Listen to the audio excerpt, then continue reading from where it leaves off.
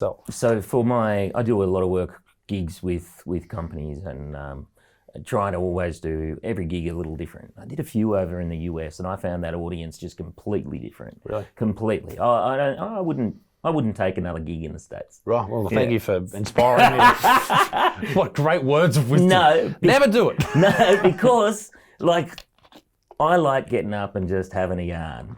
Where in the States, you need to be impactful with everything that you're doing. They're after the win.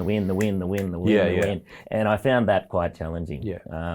But the States has been awesome for me. Racing wise, I spent 3 months a year there every year since I was 13. Wow. I actually miss it this year. Yeah. I haven't been back.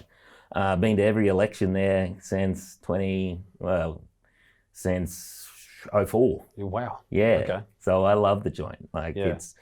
It's hectic. I can't wait. Yeah, I'm so it's pumped to hectic. go over there. Racing is when you make it there, it's massive. Yeah, in any industry, right? Any industry. When you nail it there, it is a level of response that is it can't be replicated. And you talk about the crowds. There's differences in crowds here in Australia too. I find that even Melbourne comedians that come out of Melbourne will, let's say they're doing 15 minutes on stage. In that 15 minutes, they'll have 12 punchlines. If that same comedian, if that comedian was born in Brisbane or Sydney, they'd have 34 punchlines in that 15 minutes. Melbourne crowds want to hear these long-winded stories, and then as further you get north, it's more about, Really? being punchy. Yeah. I try and write a punchline every 30 seconds, minimum.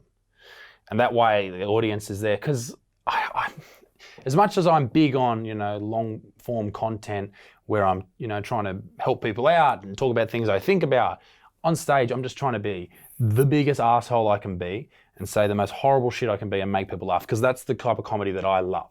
The Ricky Gervaises of the world, the Jim Jeffries of the world, these type of guys who I watched when I was younger and thought, wow, that's stand-up as well? I didn't know that was what I could do on stage. So for me, it's all about that. And that's what I hope that I can go over to America and sort of fill that punchy sort of attitude they have toward comedy. That's what I want to try and do over there.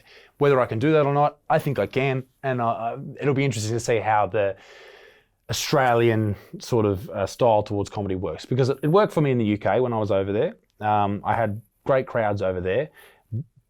Great crowds in Australia. New Zealand, wouldn't go there again. Really? Yeah. The Kiwis I had a couple of good shows and a couple of bad shows. And not bad. I'm a harsh critic to myself. If I don't have the entire crowd in stitches, I had a bad show. Mate, if someone looks at their phone, one person, 1,000 people, I'm like, oh my God, I'm a phone. Yeah, 100%. Yeah. I've had crowds going really, really well, and there's one lady whose boyfriend has just dragged into the show on her phone. I'm like, I hate myself. It's all over.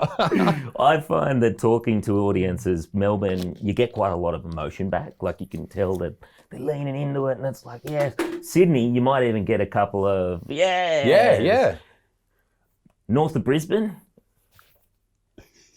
But then, at the end of it, they'll come up to you when there's no one around and go, that was the best bloody thing I've ever heard. There you go. But the public display of, Yeah. I'm not going to give you nothing until it's done, and I can have a yarn to you.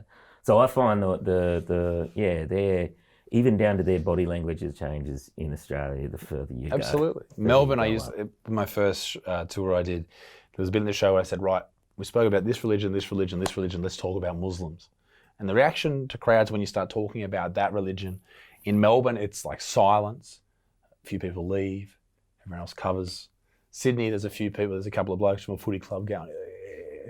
In Brisbane, it's just they stand up, applaud, they're like, yes, they just carry on. They adore talking about, I don't know, it's Pauline Hanson country. It is Pauline, or the other fellow. Yeah. What's his name? Oh, let's not say his Some name. bloke. You say it 3 times and he peers in the mirror. He appears in the mirror. Jesus Christ.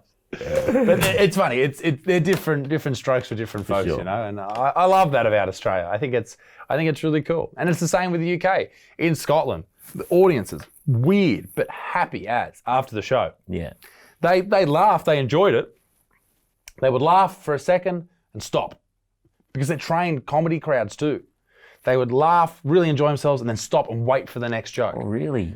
And you go to other places, you go to, middle of New South Wales, let's say you go to Wagga Wagga, you go to Orange or something like that. Great joke, everyone's laughing, really enjoying themselves, and then there's a bit of a chat. They start talking to each other, and then you have to get them back for the next bit. Not a trained comedy crowd. Yeah. And I think that's also something you come along. Mate, if I go to comedy, I won't move a muscle. Yeah. I won't move a muscle. I won't talk to anyone next to me. I'm like, fade into the background.